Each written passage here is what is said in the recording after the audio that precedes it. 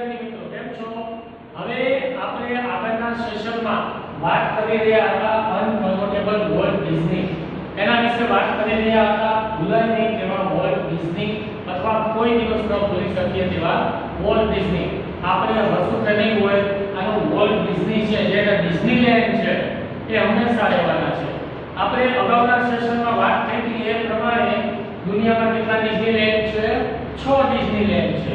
ક્યાં આવે તો કે કેલિફોર્નિયામાં આવે, ફ્લોરિડામાં આવે, પેરિસમાં આવે, ટોક્યોમાં, શાંઘાઈમાં અને હોંગકોંગમાં. આના વિશે આપણે જોયેલું અને શરૂઆત એ રીતે કરેલી રોય ડિઝની એના ભાઈ જે વોલ્ટ ડિઝની છે એના ભાઈ રોય ડિઝનીએ આખી વાત એના ભાઈ વિશે કહેલી છે. અગાઉના સેશનમાં આપણે જોયેલું કે એ કઈ રીતે ડિઝનીલેન્ડની શરૂઆત કરે છે અને હાલમાં આ જે વોલ્ટ ડિઝની છે તે જીવંત નથી છતાં પણ એની અસર આખા સ્ટુડિયોમાં દેખાય એક પ્રકારની હોય છે. આપણે તમને વાત કરેલી એ પ્રમાણે ઇમેજિકા પાર્કમાં ગયેલા એનો થોડો અમથો પાર્ટ છે એ જ એના જ જેવું ડિઝનીલેન્ડ છે. એમાં પુષ્કળ રાઈડો અને એને જોવા માટે ઓછામાં ઓછા 3 દિવસ અને 2 રાત્રિનો સમય જોઈએ. આપણા ભારતના રૂપિયા પ્રમાણે લગભગ 40,000 રૂપિયા જેવું ટિકિટ થાય છે. તો આ જોવા માટે આટલો સમય લાગે. આપણે સ્કૂલમાં સરને કહીને વાત કરશું કે આપણે ત્યાં લઈ જાય અને એના માટે ઘણા બધા રૂપિયા જાજા થઈ જશે. આટલા 40,000 તો અંદર જવાની ટિકિટ છે. આમાંથી કોઈ પણ જગ્યાએ આપણે જવું પડે. આ ચાઇનામાં આપણે જવું નથી, ટોક્યો પેરિસ જશું તો ભેગા આપણે જે છે એટલી ટાઉનમાં જોઈ લઈશું. હવે બધા ટેક્સ્ટ બુકમાં ધ્યાન આપશે. આગળના પેરેગ્રાફમાં આપણે જોઈએ Walt was a complex man. Walt છે જટિલ પ્રકારનો, કોમ્પ્લેક્સ એટલે જટિલ પ્રકારનો માણસ હતો. ટુ રાઇટર્સ એટલે લેખકો, પ્રોડ્યુસર, નિર્માતા એન્ડ એનિમેટર જે કાર્ટૂનિસ્ટ જે બધા કાર્ટૂન બનાવે છે who worked with him જે આની સાથે બધા જે કામ કરતા. હવે આટલો જીનિયસ માણસ હતો તો એની સાથે કામ કરવા વાળા પણ એકદમ બુદ્ધિમતા વ્યક્તિ જ હોય. he was a genius who had an extraordinary ability to add an extra stroke to imagination to any story or idea. હવે ધારો કે આ જે છે એની સાથે કામ કરવાવાળા વ્યક્તિ હતા, એમાં રાઇટર હોય, પ્રોડ્યુસર હોય કે એનિમેટર કે કાર્ટૂન વાળા બનાવવાવાળા જેની સાથે કામ કરવાવાળા હતા બધા બુદ્ધિવાળા વ્યક્તિ હતા. અને શું હતું? who had an extraordinary ability એ લોકોમાં એક અલગ આવડત હતી, એક વધારાની આવડત હતી કે એમાં એ લોકો શું કરી શકતા તો એડ એની એક્સ્ટ્રા સ્ટોરી. કોઈ પણ સ્ટોરી હોય, કોઈ પણ મૂવી હોય, કોઈ પણ પિક્ચર હોય તો એની અંદર એ વધારાના આઈડિયા છે, પોતાની યુક્તિઓ છે એમાં એડ કરી અને વધારે રમૂજી અથવા વધારે જે છે આપને ઇન્ટરેસ્ટ થાય એ પ્રકારની અંદર સ્ટોરીમાં ઉમેરો કરતા. The million of people who watched his TV show he was one. જે લાખો લોકો છે આનું જે જોતા મેં તમને વાત કરી એ પ્રમાણે 94-95 સાલમાં લગભગ અમે આ મિકી માઉસ એના વિશે ટીવીમાં જોતા, બ્લેક એન્ડ વ્હાઇટ ટીવીમાં એ સમય આવતો તો જે લાખો લોકો આનો ટીવી શો જોતા એ લોકોને શું થતું? વાહ એકદમ મજા આવતી, ઊંઘાણું લાગતું અને સાથે સાથે kindly personal bring fun pleasure into their homes. માત્ર ને માત્ર વોલ્ટ દ્વારા જ એ લોકોના ઘરમાં આનંદ, ઉત્સાહ આ વોલ્ટના કારણે આવતો. કારણ કે ટીવી શો જેવા બનાવે કે ટીવી સામે જકડીને આપણે બેસી રહીએ. આપણે વારંવાર એકને એક શો જોયેલો છે છતાં પણ બીજી વાર જોવાનું મન થાય. આટલો બધો એ કાર્યશીલ હતો અને એના જે કાર્ટૂન હતા એમાં પણ એવી મજા આવતી.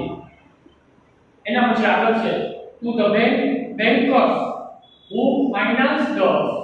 જે બેંક વાળા જે હતા, હવે આ બધું એમનામ તો બની જાય ને, કોઈ મૂવીઝ બનાવી છે, કોઈ પિક્ચર ફિલ્મ બનાવી છે, તો એમનામ તો બને નહીં. તો એના માટે એ લોકોને ઘણીવાર પૈસા લેવાની જરૂરિયાત પડતી. તો જે લોકોને ફાઇનાન્સ કરતા, I am sure he seemed like a wild man. એ બધાને લાગતું વાઇલ્ડ એટલે આમાં જંગલીના અર્થમાં નથી, પણ થોડું જોખમ લેવા વાળા, થોડું જોખમ લેતા અને એને પૈસા દેતા. Help bank for bank corruption એ લોકોને એવું લાગતું. મતલબ આવું રોય ડિઝની કહે છે કે એ લોકોને એવું લાગતું હશે કે ભાઈ આ લોકો બેંક તરફથી જાહેર ન કરીએ, મતલબ નાદારી જાહેર કરી દે ભાઈ અમારે કઈ નથી તો થાય નહીં રહેવું, તમને જે ઠીક લાગે એ કરો. તો શું ફરી તો કઈ શકે નહીં. તો ઘણી વખત આને રોય ડિસ્નીને આવો પણ વિચાર આવતો કે બેંક વાળા છે આપણે ફાઇનાન્સ કરે છે, તો ફાઇનાન્સ કરે છે તો શું કરવું કે ભાઈ ઘણી વખત એ લોકોને એવું લાગે કે આ પૈસા લઈને ભાગી જશે અથવા તો પૈસા પાછા દઈ શકશે નહીં, બેંક તરફથી એટલે કે નાદારી નોંધાવી દેશે. તો ઘણી વખત આવું પણ રોય ડિસ્નીને વિચાર આવતા. To me, he was my amazing kid brother. મારા માટે તો મારો ભાઈ છે અમેઝિંગ હતો, એક અદ્ભુત મારો ભાઈ હતો, લગોટીયો ભાઈ હતો, એના જેવું કહી શકાય. For of impartial dreams that he made comes true. અને પૂરેપૂરા એની અંદર જે છે અલગ અલગ અતાર્કિક જે એની અંદર એટલા બધા આઈડિયાઝ હતા, એની અંદર એટલા બધા વિચારો હતા જે એને એની જાતે પોતે પૂરા કર્યા. એના જે સપના હતા એ કોઈ દિવસ બાકી રહેવા દીધા નહીં. એને એની જાતે પૂરી મહેનતથી એના બધી જે સપનાઓ હતા એ સાચા કરીને બતાવ્યા. તો અહીંયા આ પેરેગ્રાફ પૂરો થાય છે. ફરીવાર આપણે ગુજરાતીમાં કહી દઉં છું કે મારો ભાઈ છે જટિલ પ્રકારનો માણસ હતો. એની સાથે કામ કરવાવાળા જે લેખકો છે, નિર્માતાઓ છે, કાર્ટૂન બનાવવાવાળા વ્યક્તિઓ છે, ખૂબ જ બુદ્ધિશીલ વ્યક્તિ હતા કે જે પોતાના એક આઈડિયા કે આ પિક્ચર બની જાય એટલે જોવે, કાર્ટૂન બની જાય તો જોવે, એમાં શું એડ કરવું એ જોતા. અને આ બધા માટે જે વોલ્ટને થોડો સમજવો અઘરો હતો, કારણ કે વોલ્ટ છેલ્લો નિર્ણય લે, પાછો એક વખત જોઈ લે અને એની અંદર કાંઈ સુધાર વધારા કરવા છે તો આ કરતો. જે લાખો લોકો આના ટીવી શો જોવે છે તે માત્ર ને માત્ર વોલ્ટને પ્રેમ કરવાનું કારણ શું, એને શા માટે એની સિરીઝ પસંદ કરતા, એના રીતે એના ઘરની અંદર આનંદ ખુશી આ બધું આવી જતું હતું. અને બેંક વાળા છે જે આને લોન આપતા એ લોકો પણ એવું વિચારતા હશે આવું રોય ડિસ્નીને થતું કે કદાચ આ જે છે કોઈ બેંક તરફથી નાકારી નોંધાવી દે, છતાં પણ એ લોકો જોખમ લઈ અને આને પૈસા દેતા. કારણ કે કોઈ પણ પ્રોજેક્ટ કરવો હોય તો બધા પૈસા તો હોય તો બેંકમાંથી લોન લેવી પડે, લોન લઈને પાછા એ કરી દે જ્યારે એનો નફો થાય એ મુજબ. પણ વોલ્ટ ડિસ્ની છે, રોય ડિસ્ની માટે તો એનો એક અમેઝિંગ ભાઈ હતો, મતલબ કે અદ્ભુત લગવટીયો ભાઈ હતો અને જેના સપના ઘણા બધા હતા છતાં અને એને એની જાતે પૂર્ણ કર્યા. હવે આ પેરેગ્રાફ અહીંયા પૂરો થાય છે. આપણે આગળના પેરેગ્રાફમાં જોઈએ. The apple orchid and weeping willow stand green and beautiful at our old farm. હવે કે અમારી જૂની વાડી જે છે એપલ ઓર્ચિડ, સફરજનની વાડી જે છે, ત્યાં સફરજન હતા અને weeping willow આ એક બેગ મજર નામનું એક કોઈ વેલો ઝાડ થતું હશે ત્યાં હતા. stand green and beautiful at our old farm. અમારું જૂનું ફાર્મ ખેતર હતું ત્યાં આ બધી વસ્તુઓ હતી. where Walt sketched his first animal, કે જે જગ્યાએ વોલ્ટ સૌથી પહેલા એને પોતાનો એક સ્કેચ બનાવ્યો જે પ્રાણીનો અથવા કોઈ કાર્ટૂનનો એનિમલ્સ કોઈ પ્રાણી નહીં પણ કાર્ટૂનનો એને કોઈ પણ સ્કેચ બનાવ્યો. આઈ રિકોલ, મને હજી યાદ છે, રિકોલ એટલે યાદ હોવું, how Walt and I would snuggle together in the bed and hear the hunting whistle of locomotive passing in the night. મને હજી યાદ છે હું અને મારો ભાઈ વોલ્ટ એટલે કે રોય અને એનો ભાઈ વોલ્ટ જે છે એ કેવા બંને એકબીજાને બધ ભરીને રહેતા. રાતના સમયની વાત કરે છે. શા માટે? તો હન્ટિંગ વિસલ એક ભયાનક વિસલ જે ટ્રેન છે એ પસાર થતી એના ઘરની બાજુમાંથી, ત્યાં એક રેલવેના ટ્રેક હશે તો ત્યાં પસાર થતી તો લોકોમોટિવ પાસિંગ એટલે કે જે એક જગ્યાએથી બીજી જગ્યાએ પસાર થવા વાળું, તો એનો અવાજ સાંભળવા માટે જે આ બંને ભાઈઓ એકબીજાને ઘરે વળગી જતા અને મોટો ખૂબ અવાજ આવતો. Our uncle Mike was an engineer, અને મજાની વાત એ છે કે આના જે અંકલ હતા, જે કાકા હતા, તે એન્જિનિયર હતા. And he had blown his whistle, અને તે આ લોકો માટે, કોના માટે? વોલ્ટ માટે અને રોય માટે, બંને માટે whistle વગાડતા. one long and two short, એક લાંબી whistle વગાડે અને બે ટૂંકી whistle વગાડે. જ્યારે એમના ઘર પાસેથી ટ્રેન પસાર થાય ત્યારે એના અંકલ છે તે બે whistle વગાડતા હતા. જસ્ટ ફોર અસ, અને માત્ર અમારા માટે. વોલ્ટ નેવર લોસ્ટ હિઝ લવ ફોર ટ્રેન. અને આ જ રીતે જોઈએ તો વોલ્ટને કોઈ દિવસ એનો પ્રેમ જે છે આ ટ્રેન માટે કોઈ દિવસ ઓછો થયો ન હતો. યર્સ લેટર, વર્ષો પછી પણ એવું નથી કે ભાઈ અત્યારે તમે જેમ પ્રેક્ટિકલ નથી એવું નહીં. An old-fashioned train was one of the first attraction at Disneyland. અને સૌથી જે જૂની ટ્રેન છે, પુરાણી ટ્રેન એ ડિઝનીલેન્ડમાં ઓલ્ડ ફેશન ટ્રેન એ વોલ્ટ ડિઝનીનો હાલમાં પણ એક ખૂબ જ સારું એટ્રેક્શન છે. બધા એટ્રેક્શન એટલે આકર્ષણ. હાલની અંદર પણ ડિઝનીલેન્ડની અંદર જઈએ તો આ જે ટ્રેન જોઈને બધાને મજા આવે, કારણ કે પૌરાણિક ટ્રેન છે ને અત્યારે તો આ એન્જિન કરી ગયા છે, ડબ્બા કરી ગયા છે, એના જે બોગી છે ડબ્બા એ બધું કરી ગયું. પણ આ જે અત્યારની હાલની તકે પણ તે આ જૂની ટ્રેન જોઈને બધાને બેસવાનું મન થાય, કારણ કે ટેક્સ્ટ બુકમાં પણ બતાવેલું છે જો એ રીતનું કાંઈ પ્રકારના એન્જિન ભરેલા છે, કાંઈક લખેલું છે. ટ્રેનની અંદર પણ કાર્ટૂન જેવા વ્યક્તિને ઊભા રાખી દીધા છે. તો આનું એટ્રેક્શન ડિઝનીલેન્ડનું હાલમાં પણ છે. અહીંયા પેરેગ્રાફ પૂરો થાય છે. ફરીવાર આપણે ગુજરાતી કહી દઉં છું કે આ જે આ લોકોની જૂની વાડી છે, સફરજન હતા અને રિપિંગ વેલ અને મર્જન ત્યાં હતા. જે જગ્યાએ વોલ્ટે સૌ પ્રથમ એક કાર્ટૂન અથવા પ્રાણીનું ચિત્ર દોર્યું અને વોલ્ટને હજી પણ યાદ છે આ રોય ડિઝનીને કે વોલ્ટ અને એનો ભાઈ બંને કેવા એકબીજાને ગળે મળી અને આજે ત્યાંથી ટ્રેન પસાર થાય ભયાનક અવાજ સાંભળવા માટે પણ રહેતા. અને એના અંકલ માઇક જે છે એન્જિનિયર હતા, જેના કારણે ત્યાંની ટ્રેન પસાર થાય તો વોલ્ટ અને રોય માટે બે વિસલ વગાડતા, એક લાંબી અને બે ટૂંકી, એટલે આવી રીતે બે વિસલો વગાડતા હતા. અને ટ્રેન માટેનો પ્રેમ છે તે વોલ્ટને હજી 8 દિવસ સુધી હજી પણ એના માટે એટલો જ છે જેટલો પહેલા હતો. અને હાલની તકે પણ ડિઝનીલેન્ડની અંદર આ જે સૌથી પહેલું આકર્ષણ હોય તો શું છે? ટ્રેન છે.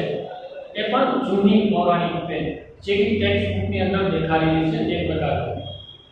As far back as I can remember, Walt was growing. મને હજી પણ એટલું યાદ છે કે વોલ્ટ છે એ પહેલી વખત જે છે દોડવાનું ચાલુ કર્યું હતું. વોલ્ટ વોઝ ડોઈંગ, દોડતો હતો. શું દોડતો હતો? The first money he ever made was nickel for sketch of neighbor's horse.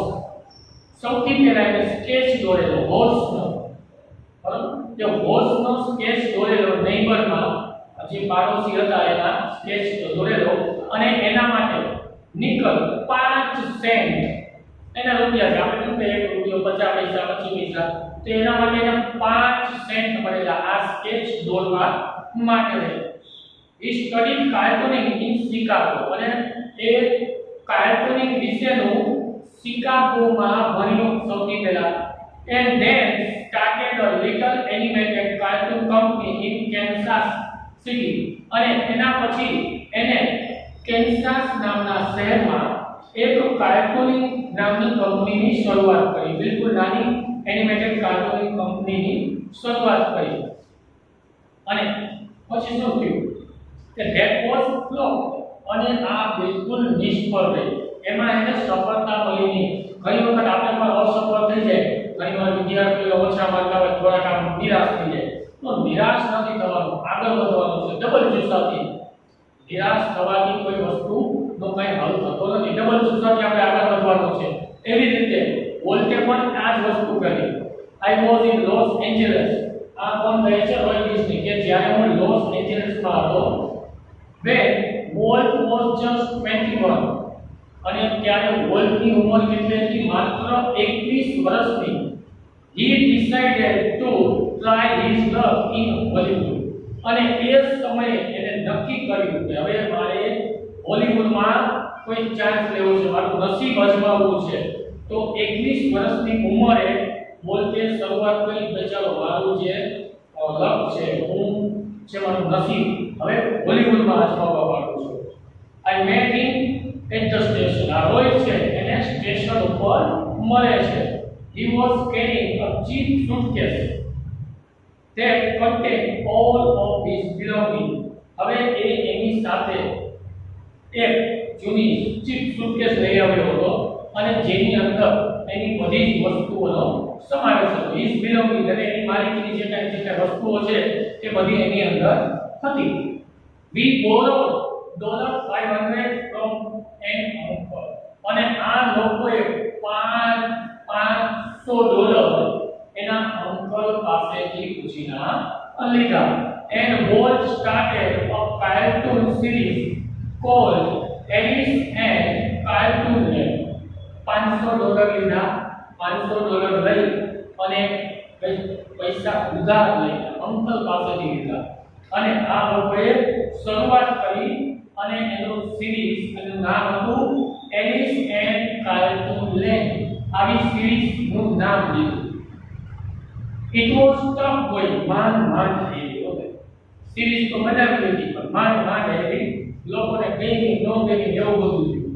Volt did all the animation અને આ સાથે વોલ્ટે બધા જ પ્રકારના કાર્ટૂનની એક શ્રેણીની શરૂઆત કરી. And cranked the old fashion camera અને એક જૂનો એક કેમેરો લીધો અને આમાં એક નવો વળાંક આવ્યો. તેનાથી બધાના એને ફોટા પણ પાડ્યા. The Alice cartoon did make much of splash. Splash એટલે છપછપી આપણે જે કરી છે એ પ્રકારનો મતલબ કે માંડ એવી રીતે એટલું બધું બહુ કઈ ખાસ થયું નહીં. આપણે બનાવી હતી એલિસ કાર્ટૂન તો એ માંડ જાય એટલું બધું એને કઈ એવો બધો બિઝનેસ કર્યો નહીં. ખાધું પીધું મોજ કરી એના જેવું થયું. So Walt started a new series. તો એના પછી વોલ્ટે એક નવી સિરીઝ પાછી ચાલુ કરી. એક સફળ અસફળ થાય છતાં પણ નવી સિરીઝ ચાલુ કર્યા કરે છે અને નામ શું આપ્યું? Oswald rabbit સસલું. નામ આપ્યું ઓસ્વલ્ડ રેબિટ એટલે રેબિટ એટલે સસલું. નામ આપ્યું Oswald rabbit. Oswald did better. Oswald જે આ સસલાવાળી જે સિરિયલ છે એ થોડી સારી ચાલી. જૂની સિરિયલો હતી એના કરતા વધારે સારી ચાલી. મતલબ એક કાર્ય કરે છે તો એના પછી બીજું કાર્ય કર્યા કરે તો એને વધારે થોડા પૈસા મળતા. એ હિંમત હારતો નથી.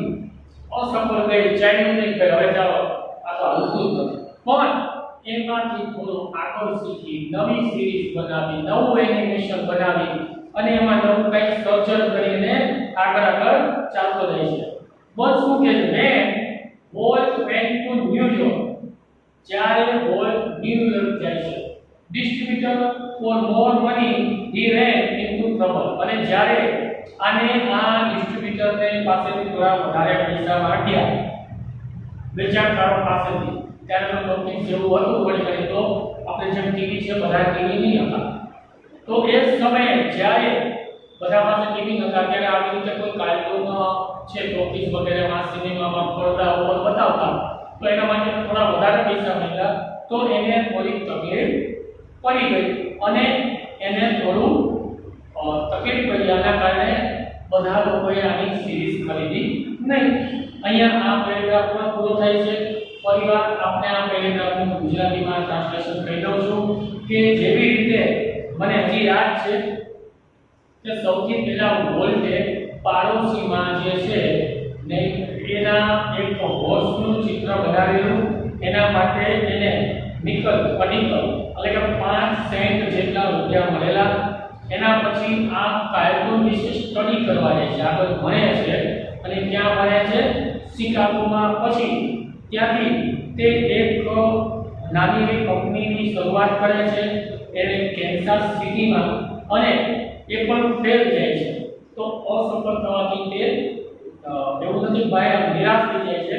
ત્યાંથી જ્યારે આ હોય લોસ એન્જલસમાં હોય છે માત્ર 21 વર્ષની ઉંમરે આ કહે છે કે મારે બોલિવૂડમાં કંઈક સ્થાન જમાવવું છે.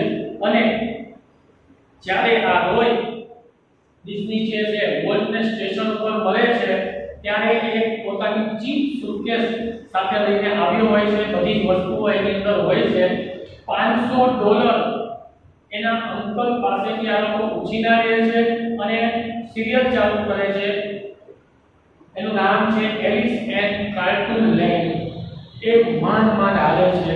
પછી આગળ જોવે છે બધી સિરીઝ ચાલુ કરે છે એ ત્યાંથી થોડો નવો વળાંક આવે છે, જૂનો કેમેરો લે છે, એના બધાના ફોટા વગેરે પણ પાડે છે અને એલિફ કાર્ટૂન છે ઠીક ઠીક ચાલે છે. એના પછી પાછી એક નવી સિરિયલ ચાલુ કરે છે હોશ પર કરેલી, થોડી સારી ચાલે છે, ન્યૂઝ જાય છે. થોડા વેપારીઓ પાસે મતલબ આ જે ડિસ્ટ્રીબ્યુટર જે હોય છે એની પાસે થોડા વધારે પૈસા માંગે છે તો થોડી તકલીફમાં આવી જાય છે, કારણ કે બધા વધારે રૂપિયા દેવા તૈયાર થતા નથી. અહીંયા આ સેશન આપણો આજનો પૂરો થાય છે તથા ઓનલાઈન એજ્યુકેશનમાં.